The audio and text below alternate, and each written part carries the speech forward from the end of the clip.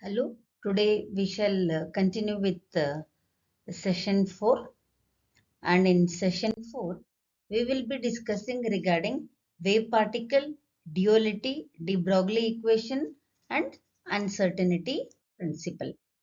So in wave particle duality we are going to study regarding that light is a stream of particles with photons. Light is a stream of particles with photons. So this concept failed to explain, that is particle nature failed to explain interference. So particle nature was not able to explain interference and diffraction, which could be explained only if light was considered as a wave. That is, interference and diffraction can be explained only if it is having a wave nature.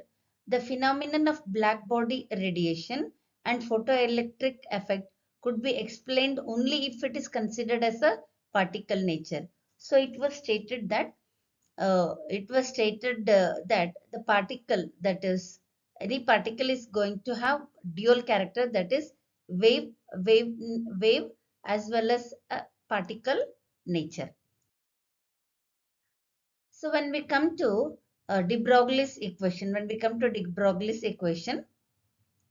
it was Louis de Broglie who had suggested that the particles like electrons, protons, neutrons have dual nature. That is, not only light, this one, even electrons, protons, and neutrons are also having dual nature. That is, they can have particle as well as wave nature. And this suggestion was mainly based on that the nature loves symmetry. The universe is made up of particles. The universe is made up of particles and radiations, and both entities must be symmetrical.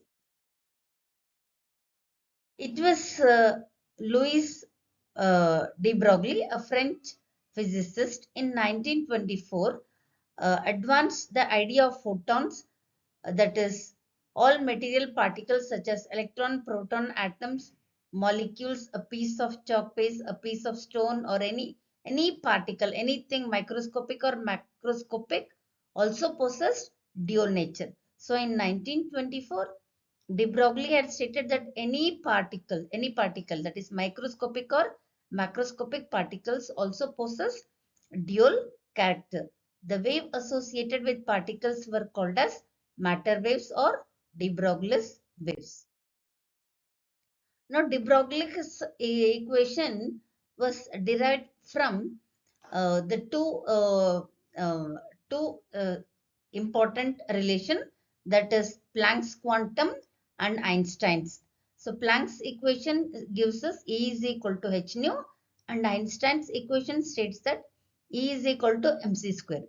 Because both are energy, we can equate both the equations, that is h nu is equal to mc square. Then I know from the velocity of light is given as c is equal to nu lambda. Since here I am going to substitute the value of nu as, because here c is equal to nu lambda. Now nu will be equal to what?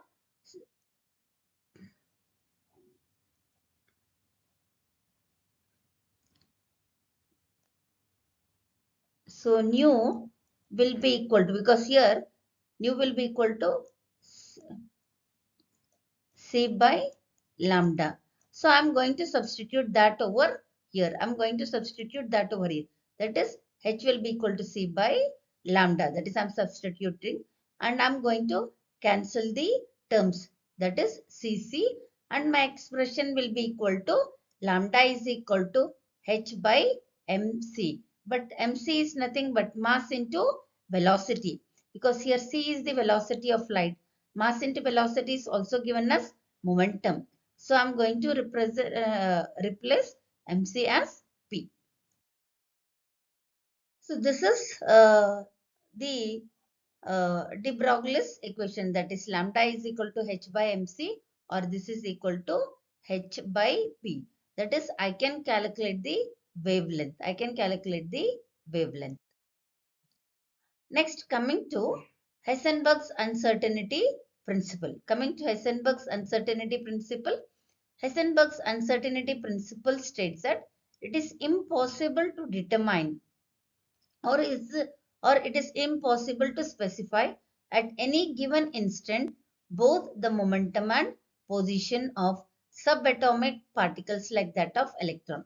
So Heisenberg stated that it is impossible to measure simultaneously, that is I cannot measure simultaneously both the position and momentum of microscopic particles with absolute accuracy.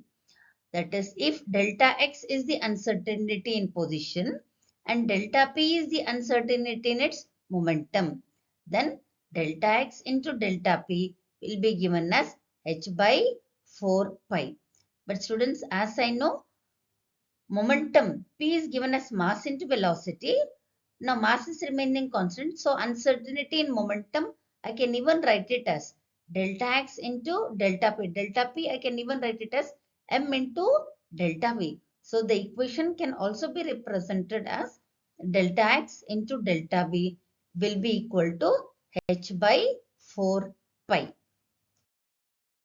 So the references for this, I have taken it from Inorganic Chemistry by Puri Sharma and Kalya and Inorganic Chemistry by James Ooi. Thank you.